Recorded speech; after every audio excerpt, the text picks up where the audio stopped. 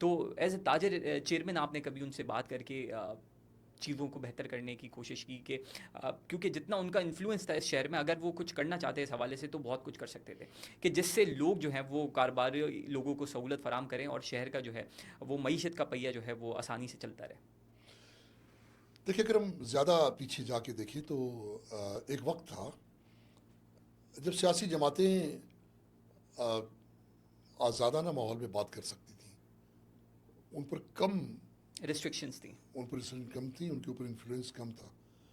اب ظاہر ہے انہیں اتنے انعامات مل چکے ہیں، انہیں مینڈیٹ کی ضرورت ہی نہیں ہے.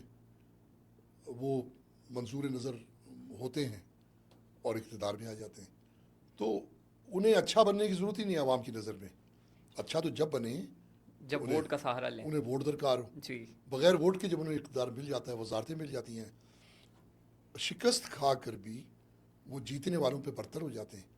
تو پھر ان کی کارکردگی ختم ہو جاتی ہے. وہ انہی کی زبان بولتے ہیں جو انہیں یہ ذمہ داریاں دیتے ہیں.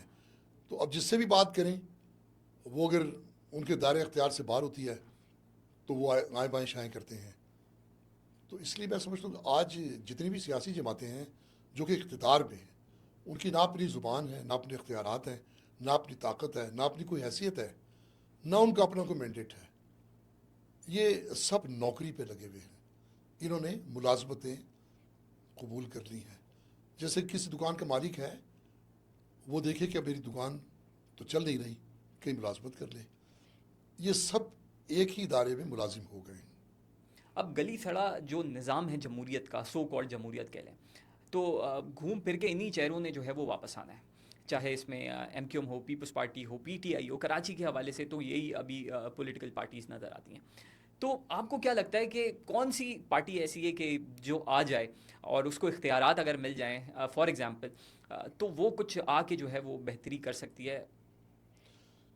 دیکھیے کسی دباؤ کے بغیر جو بھی جیت کر آئے گا، کسی کی بیساکھی کے بغیر جو بھی اقتدار میں آئے گا وہ کچھ کر پائے گا. اور دیکھیں اس وقت اس میں کوئی ڈھکی چھپی تو بات ہے نہیں. ملک کا اصل حاکم فرعون وقت ہے، جسے ہم امریکہ کہتے ہیں. اس کے دماغ میں یہ سمجھیں ان کے تھنک ٹینکس کے دماغ میں خناس پڑا ہے گلوبلائزیشن کا، عالمگیریت کا. کیونکہ طاقت جس کے پاس بھی ہو، میرے پاس ہو، آپ کے پاس ہو، وہ ہمیں آزمائش میں ڈالتی ہے. تو ایک وقت تھا دو بڑی طاقتیں تھیں دنیا میں، سپر پاورز تھیں، رشیا اور امریکہ. امریکہ چونکہ معاشی طور پر رشیا سے بہتر تھا، اور رشیا ایک بہترین طاقت ہونے کے باوجود، عسکری طاقت ہونے کے باوجود 1998 میں ڈیفالٹ کر گیا، ٹکڑے بھی ہو گئے. تو یہ بات سامنے آئی کہ دنیا میں صرف عسکری طاقت ہونا ہی کافی نہیں ہے. اس کے لیے دنیا پہ راج کرنے کے لیے آپ کو معاشی طاقت بننا پڑے گا. یہ کانسیپٹ چائنا نے متعارف کروایا. رشیا بھی قدرے معیشت میں بہتر ہو گیا.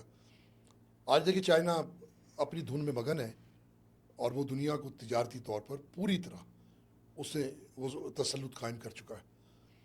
عسکریت بھی کوئی چاہے کہ اس پر حملہ آور ہو کسی کی ضرورت نہیں ہے.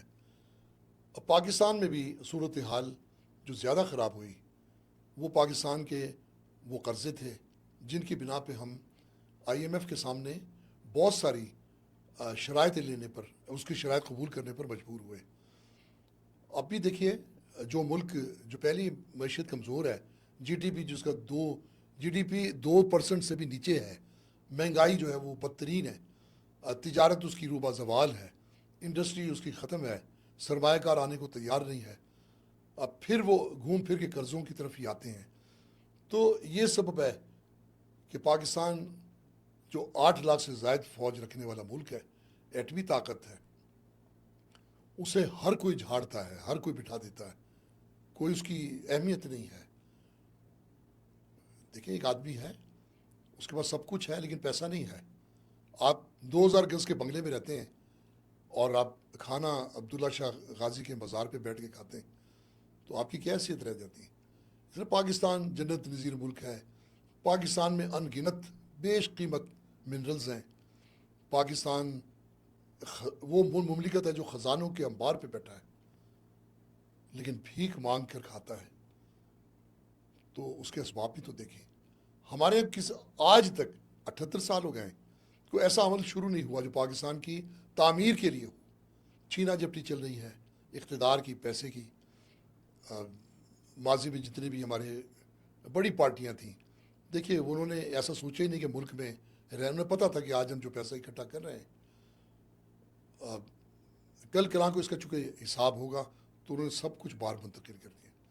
تو اس لیے میں سمجھتا ہوں ملک میں اول تو کوئی سیاسی جماعت رہی نہیں، جمہوریت رہی نہیں، اور اگر کل کلاں کو کوئی جیتے گا تو وہی جیت پائے گا جو آج ڈٹ کے کھڑا ہے اور جو کسی بھی ایسی طاقت کو مسلط نہیں ہونے دیتا جو اسے ملک کے خلاف کام کرنے پہ آمادہ کرتی ہے. کیونکہ دیکھیے اس وقت سب سے زیادہ زور یہ ہے کہ امریکہ کی غلامی کو قبول کر لو. یہ کیسے خودداری ہے؟ اسلامی تاریخ میں تو ایسا کبھی بھی نہیں تھا، بلکہ جہاں کہیں ظلم ہوتا تھا وہاں ہمارے لشکر جاتے تھے.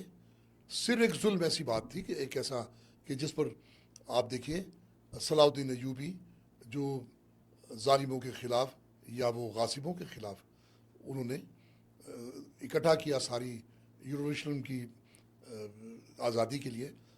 انہوں نے سارے ملک جتنے بھی اسلامی مملکتیں تھیں انہیں اکٹھا کیا. اسی طرح محمد بن قاسم کہاں سے ظلم کی آواز سن کے آئے. اسی طرح دیبل کی بندرگاہ پر آپ نے دیکھا طارق بن زیاد کشتیاں جلا دیں اور انہوں نے ظلم کے خلاف ہی تو گئے تھے، قیصر و کسریٰ کے خلاف. حضرت عمر فاروق نے جو لشکر بھیجے ظلم بند کر دو. تو آج ہم ظالموں کے مددگار ہیں. ایک اسلامی سلطنت جو دنیا میں اسلام کا قلعہ کہلاتی ہو، ایٹم بم رکھتی ہو، 8 لاکھ کی فوج ہو، وہ ظالموں کے ساتھ کھڑی ہو. ہماری تاریخ تو دیکھو، 17 حملے کیے محمود غزنوی نے سومناتھ کے مندر پہ. وہ پاگل تو نہیں تھا، وہ ایک تکبر کی اس بت کو توڑنا چاہتا تھا. تو مسلمانوں کی تاریخ کچھ اور ہے اور آج ہم کچھ اور کر رہے ہیں. 57 اسلامی ممالک سب کے سب یہود و نصارہ کے انڈر میں آ چکے ہیں. میر صاحب ماضی میں کہا جاتا تھا کہ نواز شریف کی پالیسی جو ہے وہ تاجر فرینڈلی ہے، یعنی جب نون لیگ کی گورنمنٹ آئے گی تو تاجروں کو جو ہے وہ سہولتیں فراہم کی جائیں گی. اور ابھی اگر دیکھا جائے تو یہ دور بھی نون لیگ کا ہے، اور پچھلا دور جو پی ڈی ایم ہے، پی ڈی ایم میں مختلف سیاسی جماعتیں تھیں لیکن ان کو جو ہیڈ کر رہے تھے وہ شہباز شریف صاحب، تو وہ بھی آپ نون لیگ ہی کنسیڈر کر لیں. تو کیا اب ان کی بھی پالیسی چینج ہو گئی ہیں اور تاجروں کی طرف ہے؟ کیونکہ تاجروں کا جو ہے جب بھی تاجروں کو سہولتیں فراہم کی جائیں گی تو پاکستان کی معیشت کو اس سے جو ہے وہ فائدہ ہوتا ہے. تو آپ کیا سمجھتے ہیں کیا نون لیگ نے اپنی پالیسی جو ہے وہ چینج کر لی اور انہوں نے جو ہے وہ اپنی نظریں تاجروں سے ہٹا لی ہیں؟ دیکھیں بہت سارے لیڈرز نے ملک کی ترقی کے لیے عزائم تو ظاہر کیے لیکن عمل نہیں کر پائے. میں سمجھتا ہوں کہ جوں ہم پر قرضہ بڑھتا گیا اور جب تک ہم آئی ایم ایف کے کم دباؤ میں تھے، ہم کم پریشان تھے. ایک وقت تھا ہمارے سود میں ہمارا حصہ 15 سے 20% تھا، ہم کم پریشان تھے. آج 50% سے زیادہ ہم اپنے محصولات کا حصہ سود میں دیتے ہیں. آج پریشانیاں ہی پریشانیاں ہیں. ورنہ اس وقت بھی تو نواز شریف ہی تھے جو انہوں نے کہا کہ ہماری پریشانی کا سب سے بڑا سبب یہ سودی قرضے ہیں. ہم آئی ایم ایف سے جان چھڑاتے ہیں، ہمیں قوم پیسہ دے، مدد کرے، قرض اتارو ملک سنوارو کی اس اسکیم میں پیسے دیے، 3 اکاؤنٹ بنائے گئے. پھر اس کے بعد خاموشی ہو گئی. انہیں کس نے خاموش کروایا؟ انہوں نے آج تک نہیں بتایا. ایک سوال آج تک تشنا ہے کہ کوئی جواب تو وہ دیں، لیکن جواب نہیں ملا. وہ پیسے کہاں گئے اس کا بھی کوئی جواب نہیں ہے. تو میں تو یہ سمجھا ہوں کہ ہمارے ہاں اگر آئی ایم ایف کہے کہ عوام سے اب ہمیں بلڈ چاہیے تو ہمارے حکمران شاید اس پہ بھی راضی ہو جائیں اس پر بھی راضی ہو جائیں گے. عمران خان جو ہے وہ آج کل جیل میں ہے، سب کو پتہ ہے. تو ان کا بھی دور 2018 میں آیا تھا اور آج جو ہے وہ پابند سلاسل ہیں. تو ان سے تاجروں کو کوئی ہمدردی ہے کیا؟ ان کے دور میں 2018 سے لے کے 21-22 تک تھوڑا سا ان کا دور تھا، تو کچھ ایسے اقدامات ہوئے تھے کہ جو تاجروں کے لیے حق میں بہتر ہو؟ اصل میں عمران خان کے معاملے میں لوگ فوج کو برا کہتے ہیں موجودہ حکمرانوں کو برا کہتے ہیں، لیکن حقیقت یہ ہے کہ عمران خان امریکہ کا قیدی ہے، ڈاکٹر عبدالقدیر خان امریکہ کا قیدی تھا، جس طرح ڈاکٹر عافیہ عافیہ صدیقی، صدیقی۔ جو کوئی بھی اس ملک میں آزادی کی یا امریکہ کی غلامی سے نکلنے کی بات کرے گا، وہ اس کو امریکہ بالکل معاف نہیں کرے گا۔ اس کی وجہ دیکھیں، اب یہ دنیا جو ہے مختلف بلاکس میں تقسیم ہو گئی ہے۔ اس میں یہ چائنا، رشیا، ٹرکی، چائنا، یہ ایران، مطلب یہ ایک الگ سے بلاک بن گیا ہے۔ اور یہ اللہ پاک نے طاقت کا توازن اگر یہ نہ بنایا ہوتا تو امریکہ کا عالمگیریت کا جو خواب تھا اور گریٹ اسرائیل کا جو ایک اس کا منصوبہ تھا، وہ کئی سال پہلے تکمیل پا چکا ہوتا۔ یہی سبب ہے، دیکھیں یو این اے کی کوئی پوزیشن ہی نہیں ہے، کوئی حیثیت ہی کوئی نہیں ہے۔ حیثیت نہیں۔ تو اس طرح یہ اب طاقت کا وقت ہے، جو طاقتور ہے۔ بھارت نے رشیا سے تیل لینے کے معاملے میں، تیل خریدنے کے، اس نے امریکہ کی بات نہیں مانی، اسے کیسے کیسے قدرن لگائے، ٹیرف، سخت ترین ٹیرف لگائے، 50%، 100%۔ بھارت نے جوتے کی نوک پہ مار دیا، کیونکہ بھارت ایک طاقت ہے، کم از کم معاشی طاقت معاشی تو ہے۔ استحکام ہے۔ تو اسے جو طاقتور ہے وہ امریکہ کے سامنے کھڑا ہو سکتا ہے۔ چائنا کو دھمکایا، چائنا نے اہمیت نہیں دی، رشیا کو دھمکا نہیں سکتا۔ تو پاکستان میں جو کوئی بھی، ابھی اس بلاک میں پاکستان کی اہمیت بہت بڑھ جاتی ہے۔ پاکستان ہی کے لیے تو اس نے 2 جنگیں لڑیں، پہلے رشیا کو روکا پاکستان اور طالبان کو شامل کر کے، پھر اس کے بعد اسے خود براہ راست جنگ کی افغانستان کے خلاف میں رسوا ہو کر نکلنا پڑا۔ تو اسے اپنی خفت بھی تو مٹانا ہے، اور پاکستان کے بغیر وہ اس خطے میں اپنے قدم مضبوط کر نہیں سکتا۔ یہ واحد ملک ہے جو اس کے لیے ایک آسان ہے کہ یہاں اس کو اڈے بھی مل جاتے ہیں اور اپنی مرضی سے جو چاہے وہ کر سکتا ہے۔ تو عمران خان کا قصور یہی ہے۔ وہ تو ایک الگ بات ہے، سیاست میں ہم کسی کے بارے میں کچھ بھی کہہ سکتے ہیں۔ آپ نے مجھ سے پوچھا تو میرا جواب یہ ہے کہ جو کوئی بھی امریکہ کے خلاف بات کرے گا، جنرل حمید گل کے بقول اس ملک میں امریکہ کے اتنے لوگ ہیں جو اس کا جینا حرام کر دیں گے۔ کوئی امریکن تو نہیں آیا عمران خان کے خلاف، یہیں کے لوگ تھے نا جنہوں نے آج اسے پابند سلاسل کیا، جنہوں نے جھوٹے مقدمات کی سینچری کی، وہ یہیں کے لوگ ہیں نا۔ یہیں کے لوگ ہیں۔ لیکن ان کے پیچھے ہدایت دینے والا کون ہے؟ وہی لوگ ہیں، وہی ملک ہے نا جسے عصر حاضر کا فرعون کہتے ہیں۔ یہی سبب یہ قوم سمجھ لے کہ ہم اللہ اور اس کے رسول کے نافرمان ہیں، ایک ظالم کے خلاف خاموش رہ کر۔ ظلم کے خلاف ہی تو یہ ہمیں پابند کیا گیا۔ اسلام نمازیں، روزے اور حج کا نام نہیں ہے۔ اسلام تو کہتا ہے کہ اگر ظلم کے خلاف طاقت ہے تو ہاتھ سے روکو، جرت ہے تو زبان سے ٹوکو، سمجھتے ہو اس کی بھی جرت نہیں ہے تو دل سے نفرت کرو۔ یہ بھی نہیں کرو گے تو تم اللہ کے نافرمانوں میں سے ہوگے، اور اس کے نافرمان وہ ہلاکت کے لائق ہے۔ تو یہ بات سمجھ لینی چاہیے عام آدمی کو۔ مشکلات ہوتی ہیں حق بات میں۔ دیکھیں ایک چھوٹا سا ایک سلسلہ تھا، حضرت عمر فاروق کی جو ریاست تھی، تو آپ بندے کو بھیجتے کہ یہ قیصر روم کو جا کے کہو کہ تم اپنے لوگوں پہ ظلم کرتے ہو، جبری مشقت لیتے ہو، یہ خلاف انسانیت ہے، یہ اللہ کو پسند نہیں ہے، اس سے باز آ جاؤ۔ بادشاہ نے کہا کہ تم اور تمہارا خلیفہ، ان کی جرت کیسے ہوئی اتنی بات کہنے کی؟ یہ تو تم چکے پیغام واپس بھیجنا ہے تو تمہیں زندہ واپس بھیج رہا ہوں، آئندہ اگر اس طرح کی کوئی میسیج لے کر آئے تو تمہاری لاش جائے گی۔ اس سے جا کے یہی بات حضرت عمر فاروق نے لشکر ترتیب دیا، نیز تو نابود کر دیا۔ تھوڑے سے لوگ تھے اور گھوڑوں پہ زینے بھی کوئی اچھی معیاری نہیں تھی۔ وہ تو قیصر و کسریٰ جو 2 مملکتیں تھیں، وہ تو اس وقت امیر ترین لوگ تھے۔ تو یہ اسلام ہے۔ پاکستان اسلامی مملکت ضرور ہے، بلکہ میں پاکستان کے 57 ممالک کا یہی حال ہے اسلام پر عمل نہیں ہے ویسے مسلمان ممالک ہیں.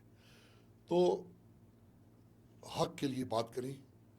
دیکھیں مجھے اپنی خبر سے اٹھنا ہے, اپنے اعمال نامے کے ساتھ میری پیشی ہوگی جب حشر کا میدان سجے گا. آپ اپنے اعمال نامے کے ساتھ سب سے زیادہ کہ تم نے حق کے لیے بات کی یا نہیں کی. اگر آپ حق پر بات نہیں کرتے تو آپ کے اعمال نامے میں تو رہ ہی کچھ نہیں جاتا. جس طرح ہر اچھے عمل میں آپ کا نمازی ہونا, اسے قبولیت میں نمازی ہونا لازم ہے, اسی طرح یہ ساری نمازوں کی قبولیت بھی حق کی راہ پہ چلے. وہ جو 27 غزوات تھیں غالباً, نبی پاک خود شریک ہوئے, تو ظلم ہی تو تھا, وہ ظالم لوگ ہی تو تھے جن کے خلاف آپ نے, ہمارے پیارے نبی نے تلوار اٹھائی. یہ بتانے کے لیے, حالانکہ آپ کے ہاتھوں کسی کا خون نہیں گرا, لیکن دنیا کو میسج جانا تھا کہ دیکھو ہمارا نبی بھی ظلم کے خلاف تلوار اٹھاتا ہے. اس لیے پاکستان کب اسلامی مملکت بنے گا, کون بنائے گا, میں نہیں جانتا, لیکن میرا میسج عوام کے لیے ہے. اور پاکستان میں سب سے زیادہ نبی پر نثار ہونے والے لوگ ہیں, اسلام کو پسند کرنے والے, اسلام سے عشق کرنے والے پاکستان میں موجود ہیں. خدا کرے یہ کہتے ہیں کہ اللہ کو تو مانتے ہیں, اللہ کی نہیں. اللہ کی نہیں مانتے. سر آپ کی موجودگی کا فائدہ اٹھاتے ہوئے ایک سوال کہ جس طریقے سے لوگ یہاں سے جا رہے ہیں, لائک اسکلڈ ورکر یا جس کے پاس بھی تھوڑا سا پیسہ ہے, لائک 50 لاکھ 1 کروڑ روپے, تو اس کی کوشش ہے کہ پاکستان سے بھائی نکل جاؤ. تو جس تیزی سے لوگ یہاں سے جا رہے ہیں تو پھر بچے گا کون پاکستان میں, اور اس ڈگر پہ جو ملک کو ڈال دیا گیا ہے, آپ کیا سمجھتے ہیں اس کا ذمہ دار جو ہے وہ کون ہے؟ دیکھیں جس ملک سے انصاف نکل جاتا ہے اس کا جنازہ نکل جاتا ہے. جہاں آپ کو انصاف نہیں ملتا وہاں پھر آپ کو کچھ بھی نہیں ملتا. آپ یہ سمجھ لیں, بہت سارے لوگوں کو آپ مطعون کر سکتے ہیں کہ کون پاکستان کی تباہی کا ذمہ دار ہے. کچھ کہتے ہیں فوج سیاست میں آئی تباہ ہو گیا, کچھ لوگوں نے کہا سیاستدانوں نے اثاثے کھا لیے, ہونٹ پھوٹ کی, سیاستدان ذمہ دار ہیں, بہت سارے بیوروکریٹس کو ذمہ دار ہیں. لیکن جو دنیا میں جتنے بھی سیاسی اکابرین ہیں اور جتنے بھی چاہے ان کا تعلق معیشت سے ہو یا کسی اور سے اور شعبے سے, وہ یہ کہتے ہیں کہ عدل و انصاف کا خاتمہ کسی بھی سلطنت کی بنیادیں ختم کر دیتا ہے. تو اس لیے دوسری بھی اپنی اپنی سطح پہ ذمہ دار ہوں گے اس ملک کو ختم کرنے کے, اس کو برباد کرنے کے, لیکن عدلیہ سب سے زیادہ ذمہ دار ہے. جس طرح میں دیکھتا ہوں لوور کورٹس میں بھی اور ہائر کورٹس میں بھی جس طرح فیصلے دیے جا رہے ہیں, جس طرح ججز بک جاتے ہیں, دب جاتے ہیں, جھک جاتے ہیں, مفادات کے غلام ہو جاتے ہیں, فیصلے میرٹ پہ نہیں کسی کے دباؤ پہ مرضی پہ وہ دیے جاتے ہیں, تو کچھ نہیں. دیکھیں ایک جنگل ہے, ایک اس کی زندگی جنگل کی اور ایک شہر کی زندگی. تو آپ جنگل میں کیوں نہیں رہتے؟ جنگل میں آپ ہر چیز پرووائڈ کر سکتے ہیں, خیمہ لگا لیں, جنریٹر لے جائیں, پانی کے لیے ڈرلنگ کروا لیں. صرف وہاں عدل و انصاف اور قانون نہیں ہوتا. جب شہروں میں بھی یہ نہیں ہوتا, عدل و قانون جب شہروں میں بھی نہیں ہوگا, تو وہ ایک خوبصورت جنگل تو ہو سکتا ہے, شہر نہیں ہو سکتا. یہ شہر نما جنگل ہے جسے ہم پاکستان کہتے ہیں, عدل اور قانون نہیں ہے.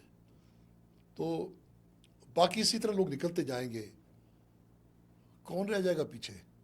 فوج رہ جائے گی, پی ڈی ایم والے رہ جائیں گے, ان کے بینیفیشریز رہ جائیں گے, بس زمین رہ جائے گی, اور اس کے منرلز کو نوچنے والے آ جائیں گے جو اس وقت ہاتھ میں بیٹھے ہیں. اچھا سر, ایڈمنسٹریٹو یونٹس پہ کیا سٹانس ہے؟ کیونکہ گورننس جو ہے وہ سب سے انٹر لنکڈ ہوتی ہے, یعنی اگر آپ کی گورننس اچھی ہوگی تو پھر معیشت کا پہیہ چلے گا, لوگوں کو روزگار ملے گا. تو جب بھی پاکستان میں، پنجاب میں تو پھر بھی چلیں، یہ بات لوگ سننے کے لیے تیار رہتے ہیں کہ چلیں صوبے بننے چاہیے، ایڈمنسٹریٹو یونٹس بننے چاہیے، لیکن کراچی میں تو یہ کہنا ہی گناہ کی ضمن میں آتا ہے کہ اگر آپ نے کہہ دیا کہ بھائی ایڈمنسٹریٹو یونٹس بننے چاہیے جس میں کچھ لگتا ہے کہ عوام کو جو ہے وہ بہتری ہو سکتی ہے اگر یہ پروسیس آئے، تو اس حوالے سے آپ کا کیا سٹانس ہے کہ ایز اے تاجر، اور تاجروں سے آپ کی ملاقاتیں رہتی ہوں گی، تو آپ کے جو لوگ ہیں ان کو لگتا ہے کہ ایڈمنسٹریٹو یونٹ سے پاکستان کے نظام میں، کراچی کے نظام میں خصوصی طور پہ جو ہے وہ بہتری آ سکتی ہے؟ آپ پہلے تو یہ دیکھیں کہ کیا سبب ہے کہ کراچی میں انفراسٹرکچر یا دیگر جو شعبے ہیں وہ کیوں فعال نہیں ہیں، کیوں کام نہیں کرتے، کیوں ان کی کارکردگی صفر ہے، وجہ کیا ہے؟ دیکھیں، سب سے پہلی بات، کراچی بہت بڑا شہر ہے اور اس کے مسائل بھی بہت زیادہ ہیں. ٹریفک کا ایک جنگل ہے، بے اندازہ پتھارے ہیں. اسی طرح نکاسی آب نہیں ہے. یہ سڑکیں کیوں ٹوٹ جاتی ہیں؟ پانی جب ڈرین نہیں ہوتا تو کیونکہ سیوریج سسٹم پر کبھی توجہ دی نہیں گئی. کرپشن ہے، فنڈز ہیں بہت زیادہ کراچی کے حساب سے، جس کی لوٹ مار بہت زیادہ ہے. پھر ایک آنکڑا ہے، جیسے مختلف سیاسی جماعتوں کے لوگ ہیں جو بلدیاتی نظام میں جیت کر آئے ہیں، وہ ایک دوسرے کے راستے میں رکاوٹ ہیں. پیپلز پارٹی نے چونکہ اپنا میئر یہاں بنوا دیا ہے، تو اس کی نہ تو اس کی ول تھی کہ پاکستان کے کراچی کو بہتر کرنا ہے، نہ اس کی صلاحیت ہے کہ کراچی کو ٹھیک کرنا ہے. بس وہ پھنس گیا ہے، سمجھ لیں اسے کسی نے زبردستی اس میں پھنسا دیا ہے اور وہ نہ چاہے ماندن نہ پائے رفتن. اب وہ کیا کرے، کام کر نہیں سکتا، چھوڑ ہو نہیں سکتا. تو اس کا بہترین علاج تو یہ ہے، وہ جن لوگوں نے بھی یہ تماشا لگایا ہے، جنہوں نے یہ اسٹیج تیار کیا ہے، وہ طاقتیں جن کو یہ مرغوب تھے، جن کو یہ مطلوب تھے، وہ بیچ میں آئیں. کراچی میں انتظامی لوگ تو اتنے بدزن ہیں، وہ کہتے ہیں کہ کراچی میں کم از کم 4 صوبے بن جائیں. اتنا بڑا شہر ہے، 3.5-4 کروڑ کی آبادی ہے، ملک سے بڑا شہر، کئی ممالک سے بڑا شہر ہے. تو اور یہ چیز آپ سمجھتے ہو کہ کتنی بری لگتی ہے جب صوبے کی، کراچی ملک کے حساب سے بھی ایک سونے کی چڑیا ہے، اور صوبہ سندھ میں بھی کراچی کو نکال دیں تو باقی لوگ تو صفر ہو جاتے ہیں. صحیح. 90% سے زیادہ ٹیکس تو پورے سندھ کو کراچی سے ملتا ہے. تو یہ سبب ہے کہ کراچی کو چھوڑنے کو تیار نہیں ہے. لیکن یا تو ایمانداری سے کام کریں. وہ جو پنجاب کے بارے میں کہتے ہیں نا کہ کھاتا ہے تو لگاتا بھی تو ہے، یعنی یہ اس کی تعریف پہ بات جاتی ہے کہ لوگ اس پر بھی تیار ہیں کہ چلو کھاتا ہے تو کھانے دو، کچھ کچھ پہ لگا بھی دیتا ہے. پوری دیکھ کھا جائے تو لوگ یار ہمارے بھوک کا بھی کچھ چارہ کرو. تو میں یہ سمجھتا ہوں کہ کراچی انتظامی یونٹس بننے چاہیے. کوئی کہتے ہیں 8 بننے چاہیے، کوئی کہتے ہیں 10 بننے چاہیے. جتنے بھی ہوں، یہ پیسہ تقسیم ہو ان یونٹس میں اور انہیں اپنے اپنے علاقوں کی ذمہ داریاں دی جائیں. ورنہ یہ سسٹم تو 17 سال سے ہم نے آزما دیکھا، خراب سے خراب تر ہوتا چلا جا رہا ہے. کراچی میں ہر بارش اس کے بعد تقریباً 2 مہینے تک علاقوں سے پانی، کیچڑ، گندگی صاف نہیں ہوتی. مچھر، بیماریاں. اس وقت بھی دیکھیں شہر میں حال کیا ہے. ایسے ہی ہے. آپ 2 منٹ کے لیے کسی جگہ پانی کھڑا ہے، آپ بیٹھ نہیں سکتے. تو سوچیں آپ کے گھر کے سامنے جوہڑ گندے پانی کا اور ابلتا ہوا گٹر ہو، کیا زندگی آپ کی، آپ کے گھر میں امراض کی کیا صورتحال ہوگی. تو اس لیے میں یہ دیکھ رہا ہوں کہ اب بہت زیادہ ہو گیا. کوئی گلا کریں، اب جیسے کراچی کے تاجر ہیں وہ آرمی چیف سے کہتے ہیں کراچی کو دیکھیں، کراچی کو سنبھالیں. کراچی میں کوئی مسئلہ ایسا نہیں ہے جو اس وقت موجود نہ ہو. تو پھر اس پہ بلاول صاحب بھی ناراض ہوتے ہیں، چیف منسٹر صاحب بھی کہتے ہیں کہ ہاں کچھ ہم سے کہا ہوتا، کچھ ہم سے سنا ہوتا. شعر ہے نا کہ غیروں سے کہا تم نے، غیروں سے کہا تم نے، غیروں سے سنا تم نے، کچھ ہم سے کہا ہوتا، کچھ ہم سے سنا ہوتا. تو آپ کو کہتے ہیں، میں تو ہر چینل پہ کہتا ہوں، میری بات بہت سے پیپلز پارٹی کے دوستوں کو بری بھی لگتی ہے، لیکن اس میں ایک حقیقت ہے. اس میں غلط کیا ہے؟ سامنے کیچڑ ہے، میں کہتا ہوں یہ گندگی ہے، کیا غلط ہے اس میں؟ سڑک ٹوٹی ہوئی، میں کہتا ہوں اس کو بننا چاہیے، اس میں غلط کیا ہے؟ کراچی میں کرپشن ہے، بہت زیادہ چوریاں ڈکیتیاں زندگی اجیرن ہے، کیا غلط ہے؟ میں کہتا ہوں کراچی ٹریفک کا جنگل ہے، اس میں ہر آدمی اپنی گاڑی کا 20 سے 25% پیٹرول صرف ایک رکی ہوئی ٹریفک میں جلاتا ہے، ایسے ہی ہے. اس میں کیا غلط ہے؟ تو کہنا بھی چھوڑ دیں. جب آدمی بہت زیادہ دکھی ہوتا ہے تو پھر وہ الفاظ بھی تلخ ہو جاتے ہیں. لوگ کہتے ہیں اور اپنے اعصابی ایک طاقت کے حساب سے بات کرتے ہیں. کچھ لوگ سخت نہیں کہہ پاتے، کچھ لوگ سختی سے کہہ دیتے ہیں. تو اگر میر صاحب کو برا لگتا ہے، اگر بلاول صاحب کو برا لگتا ہے، تو اس کا علاج یہ ہے کہ آپ اچھا کریں، دیکھیں ہم آپ کی تعریف کریں گے، کیوں نہیں کریں گے؟ ہم تو پنجاب ہے، انہوں نے ایک رول ماڈل بنایا لاہور کو، کوئی بہت اچھا کام نہیں کیا انہوں نے. وہاں کی جو ٹک ٹاکر وزیر اعلیٰ ہے، اس نے کوئی آسمان سے ہن نہیں برسرا، اس نے کوئی وہاں سونے کی اینٹیں نہیں لگوا دی. ہر شہر میں کچھ نہ کچھ بہتری ہے، لیکن انہوں نے لاہور کو ایک رول ماڈل بنایا ہے. وہ لاہور ہی دکھاتی ہیں، لاہور کو آ کے دیکھ لو. ہمارے پاس تو دکھانے یہ بھی کو نہیں کچھ ہے، بھی نہیں ہے. کچھ بھی نہیں ہے. یہی وجہ ہے کہ جب دکھانے کو کچھ نہیں ہے تو یہ منہ چھپاتے پھر رہے. تو آپ کراچی کو سنوار دیں، ایک رول ماڈل بنا دیں، کراچی سنور جائے گا، اس کا کاروباری ماحول بہتر ہو جائے گا. سندھ جو کہ 95% ٹیکس کراچی دیتا ہے، وہ ہدف اچیو ہوتے رہیں گے. ملکی معیشت میں پاکستان کا جو حصہ ہے، کراچی کا جو حصہ ہے، وہ 60% سے زیادہ ہے، وہ بھی برقرار رہے گا. لیکن اس وقت میں جو کراچی کی حالت دیکھ رہا ہوں، کراچی سے کوئی بہت زیادہ ٹیکسیشن کی امید نہیں رکھنی چاہیے، نہ سندھ کو اور نہ ہی وفاق کو. ایک دیکھیں، بکری کے تھن خشک ہونا شروع ہو جائیں تو دودھ کی مقدار کم ہو جاتی ہے. جب آپ نے جا کے دیکھیے، آپ اردو بازار میں دیکھیں، آج تک کیچڑ کھڑا ہے، سوبراج ہاسپٹل اس کے سامنے ہے. بالکل ایسے ہی ہے. اس طرح آپ میڈیسن مارکیٹ میں دیکھیں، آپ جا نہیں سکتے، آپ کھڑے نہیں ہو سکتے. آپ صحت کے لیے جس مارکیٹ میں میڈیسنز لینے جا رہے ہیں، وہاں بیماریوں کا ایک جنگل بنا ہوا ہے. یہ کتنی ایک غیر ملکی، جب لوگ یہ صورتحال دیکھتے ہوں گے تو کتنا مذاق اڑاتے ہوں گے. اب ترجیحات نہیں ہیں ان کے پاس کہ ہم شروع کہاں سے کریں. میں کہتا ہوں کہ آج بھی کراچی میں سیوریج کے نظام کو بہتر کر لیں، سڑکیں بھی بچ جائیں گی، اور یہ گندگی اور بہت تیز زیادہ بارش کی جو صورتحال ہے اس میں بھی پریشانی نہیں ہوگی. سر، متعدد ملاقاتیں جو ہیں تاجر رہنماؤں کی آرمی چیف، موجودہ آرمی چیف سے بھی ہوئی ہیں، اس سے پہلے کیانی صاحب سے بھی ہوئی ہیں، اور تاجروں کا ایک دیرینہ مطالبہ بھی ہے کہ ایٹ لیسٹ کراچی کو جو ہے، کیونکہ جو حالات یہاں کے خراب ہیں، فوج کے حوالے اگر پوری طریقے سے نہ کیا جائے تو فوج کی سپرویژن میں ضرور چیزیں ہوں. لیکن اس کے باوجود ساری چیزیں سب کے سامنے ہیں، لیکن اس کے باوجود نہ فوج کچھ کرتی ہے، حکمرانوں کو تو کچھ کرنا ہی نہیں ہے. تو کیا لگتا ہے آپ کو کہ فوج سے بھی اور چیف مارشل صاحب سے بھی کہنا جو ہے وہ صرف کہنے سننے کی حد تک ہے، عملی اقدامات جو ہیں وہ کچھ نظر آئیں؟ دیکھیں، فوج کا تو حال یہ ہے، بہت سارے محاذ کھول دیے فوج نے.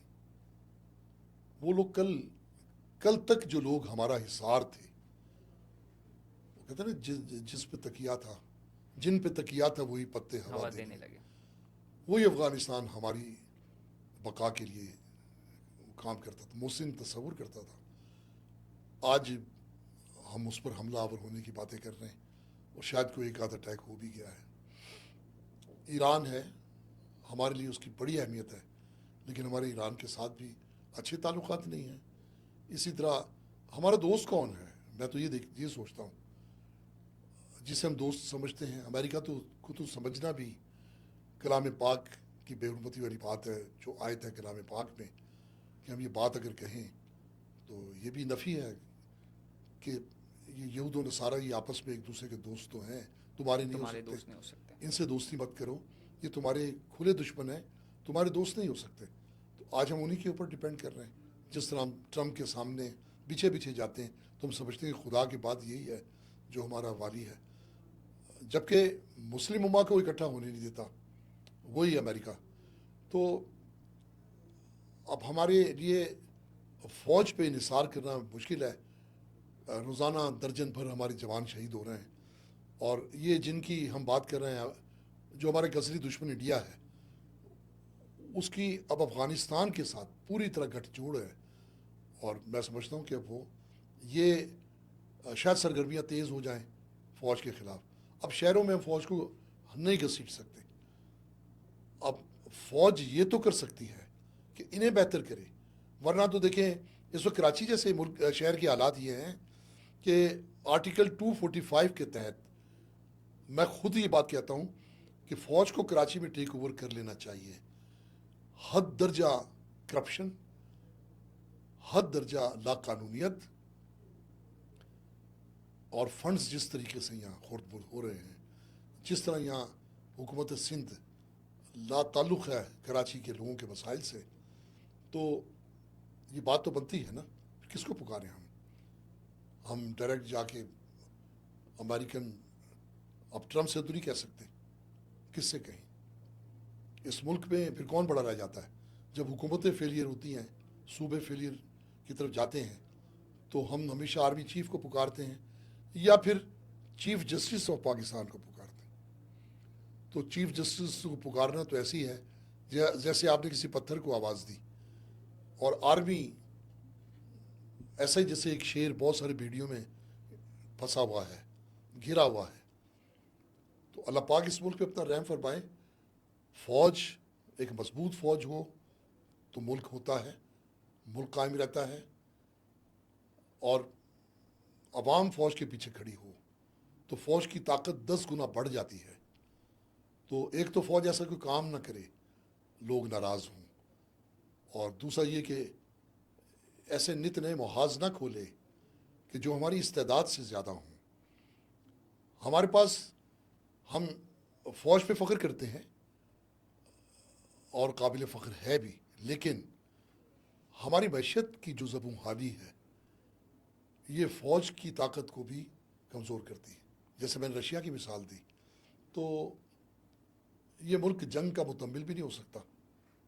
جنگ کے لیے پیچھے پیسہ چاہیے، بیک اپ چاہیے، جو نہیں ہے. نہیں ہے. تو اب ہم جنگ اپنی مرضی سے کریں اور اس کا بینیفیشری امریکہ ہو، جس سے ہم نے پیسے لینے ہیں، امداد لینی ہے، IMF سے پیسہ لینا ہے، تو اس کی شرائط تو آپ دیکھیں وہ آہستہ آہستہ اس سطح پہ آ چکی ہے کہ ہم ان کو نو تو کہہ ہی نہیں سکتے. تو اب کس سے کہیں یہ بھی سمجھ میں بات نہیں آتی ہے. سب لوگ غلطیاں کر رہے ہیں، سیاستدان بھی، آرمی چیف بھی، ججز بھی، عدلیہ بھی. کس سے کہیں؟ صاف طور پہ میں دیکھ رہا ہوں کہ ہماری اصلاح نہیں ہو رہی. یہ ملک مسلسل نیچے جا رہا ہے. ایک آدھ مارکے میں اللہ نے ہمیں کامیابی دی تو آج ہم دنیا میں ہماری طاقت کی دھاک ہے. لیکن میں پھر وہ کہوں گا کہ بار بار ایسا نہیں ہوتا، معاشی طاقت بننا پڑے گا. آپ نے غیر ملکی کمپنی کو تو کراچی سونپ دیا، لیکن یہ نہیں دیکھا کہ وہ کر کیا رہا ہے. دیکھیے آج سے 10 سال پہلے جب پے در پے بجلی کی قیمتیں بڑھائی جا رہی تھیں، نت نئے ٹیکسز بلوں میں شامل کیے جا رہے تھے، تو اس وقت بھی میں اس چلاتا تھا اس بات کے لیے کہ ایک وقت آئے گا، معیشت گر رہی ہے، لوگوں کی قوت خرید کم ہو رہی ہے. ایسی صورت میں میں سمجھتا ہوں کہ آنے والا وقت اس ادارے کے لیے بھی مشکل کا باعث ہوگا جو بجلی فروخت کر رہا ہے، کیونکہ لوگ خریدنے کے بجائے چوری کو زیادہ ترجیح دیں گے. آج وہی ہوا، اربوں روپے کے بل رک گئے، لوگ نہیں دے پا رہے ہیں. اس وقت 70-80% لوگ کراچی میں بجلی کے بل ادا کرنے کی طاقت نہیں رکھتے. سارا شہر جس کا موقع مل رہا ہے وہ کنڈے لگا رہا ہے. بلوں کی عدم ادائیگی پہ جو میٹر کاٹ دیے گئے، لوگ کنڈا لگوا لیتے ہیں، وہ بل ادا کر کے بجلی بحال نہیں کرواتے. کے الیکٹرک نے ایک نیا راستہ اختیار کیا ہے. پہلے 2 گھنٹے کی لوڈ شیڈنگ، پھر 4 کی، پھر 8 کی، 12 گھنٹے کی، 24 گھنٹے میں جو لوڈ شیڈنگ. اب 3 دن کی لوڈ شیڈنگ کو سمجھ میں آتی ہے، اور رہائشی لوگ بھی ہیں اس میں. تو اس کا مطلب ہے کہ الیکٹرک اچانک ہی ہاتھ اٹھا لے، سسٹم ہی بند کر دے کہ سارا شہر چوری کر رہا ہے، ہم تو بجلی نہیں بیچتے.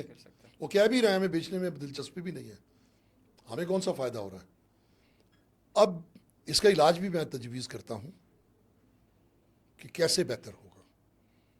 حکومت کو ایک کمیٹی بنانی چاہیے, وفاقی حکومت کو, اور بجلی کے بلوں میں جو شامل ٹیکسیز ہیں از سے نو اس کا جائزہ لیں کہ ان ٹیکسیز کو کہیں اور منتقل کر دیں. آپ سمجھتے ہو آپ کے اہداف کم ہوتے ہیں. اس طرح بجلی کے ریٹ ہیں. تو آپ نے تو خوشخبریاں سنا رکھی ہیں. پنجاب کے لوگوں کو 300 یونٹ مفت بجلی ملے گی, سندھ کے لوگوں کو 200 یونٹ مفت بلاول صاحب نے اعلان کیا. تو یہ اعلانات تو آپ نے کیے تھے نا. چلیے بجلی مفت نہ دیں, بلوں کو اس سطح پہ لے آئیں کہ لوگ ادا کر سکیں. اور اگر کسی کی سمجھ میں نہیں آتا کہ بجلی کے مسائل سے کیسے نکلا جائے گا, تو پھر آپ دہلی الیکٹریسٹی کمپنی کے پروفائل پہ جائیں اور دیکھیں کہ ان کی جو چوری تھی وہ 40% سے زیادہ تھی, شاید 50 سے بھی زیادہ تھی. کیسے اس کو نیچے لے کر آئے؟ ان کے پاس ایک پورا فارمولہ ہے. تو یہ آئی پی پیز کے جو ماضی میں کرپشن کے جو معاملات تھے, اس پہ بہت سارے لوگ, بہت سارے نام آشکار ہوئے, سامنے آئے. سزا نہیں ملتی کسی کو. کبھی ایسا تھا پکڑے جانے پر سزا پاتا تھا وہ, پکڑے جانے پر شور ہوتا ہے. پہلے میڈیا بھی شور ہوتا تھا, اب سوشل میڈیا بھی شور ہوتا ہے. سزا نہیں ملتی. میں نے کہا نا کہ عدلیہ نے اس ملک کو برباد کر دیا. سزا نہ ملنے سے مجرم اور مضبوط ہو جاتا. اس کو ڈر ہی عدلیہ کا ہے. جب دیکھا کہ یہ تو خالی ایک کھوکھلا خوف تھا, تو پھر وہ اپنے جرم سے کیوں باز آئے گا؟ کیونکہ یہ صورتحال تو یہ کہ اگر لے کے رشوت پھنس گیا ہے, دے کے رشوت چھوٹ جائے گا. تو اس فارمولے پہ یہ ملک چل رہا ہے. تو لگام دینا چاہیے بجلی کے معاملات کو, ورنہ کراچی میں صورتحال بہت زیادہ صارفین اور کے الیکٹرک آمنے سامنے ایک بہت ہی زیادہ تصادم کی صورت میں یہ آ سکتے ہیں. آخر میں سر, آپ کا ایک طویل تجربہ ہے اور ملک اور کراچی جو ہے وہ اس وقت آئی سی یو میں, بلکہ وینٹیلیٹر پہ کہہ لیں. تو ایک طرف آپ نے پہلے کہا کہ حکومت کو ابھی زیادہ ایکسپیکٹیشن نہیں لگانی چاہیے تاجروں سے ٹیکس کے معاملے میں. پھر کہ الیکٹرک کا مسئلہ ہے, تو کیا ایسے سٹیپس ہیں آپ کے ایکسپیرینس کے مطابق جو کہ حکومت وقت کو, آرمی کو, سارے لوگوں کو مل بانٹ کے کرنے چاہیے کہ جس سے جلد بہتری آئے؟ کیونکہ جب آپ کی سچویشن بہت زیادہ خراب ہوتی ہے تو پھر آپ آپریشن کی طرف جاتے ہیں, اور پھر سلولی گریجولی آپ جو ہے وہ ریہیب کی طرف جاتے ہیں. تو اب کیا ایسے سٹیپس ہونے چاہیے جن کو لیتے ہوئے پاکستان کو, کراچی کو جو ہے وہ بہتری کی طرف لے جایا جا سکتا ہے؟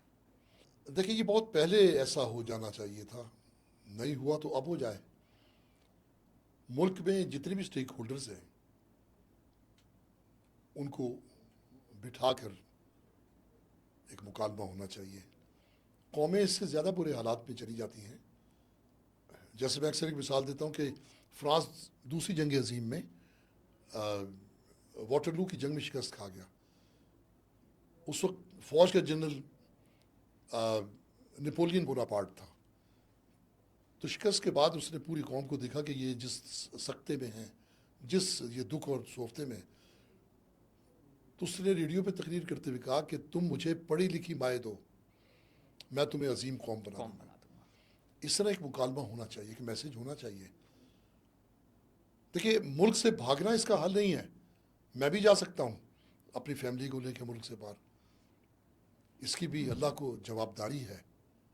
ایک وقتی طور پہ ٹھیک ہے, آپ اپنی طاقت کو مجتمع کرنے کے لیے, جس طرح ہمارے پیارے نبی نے ہجرت فرمائی, پھر واپس آئے. تو وہ حکمت عملی تھی, فرار نہیں تھا. تو لیکن اس وقت لوگ فرار اختیار کر رہے ہیں کہ واپس نہیں آنا. تو پھر زمین کیا کرے گی؟ یہ زمین پکار رہی ہے ان لوگوں کو جو اس ملک کے وفادار ہیں, جو یہاں موجود ہیں, جو یہاں سے چلے گئے ہیں. اس سے وفا کا حق یہ ہے کہ سب بیٹھ کے پرانے جھگڑوں کو ایک طرف کر کے وہ اس کو سنوارنے کا کوئی راستہ نکالے. اس کے معیشت بہتر ہوگی, سب کچھ بہتر ہو جائے گا. کرپشن, میں نے کہا نا کہ اس وقت سمجھ تو کچھ نہیں آتا کہ کہاں سے بہتری کا آغاز ہو, لیکن اتنا ہی ہو جائے کہ عدل و انصاف پھر سے بحال ہو جائے, عدالتیں پھر سے کام کریں, تو بہت تیزی کے ساتھ ہم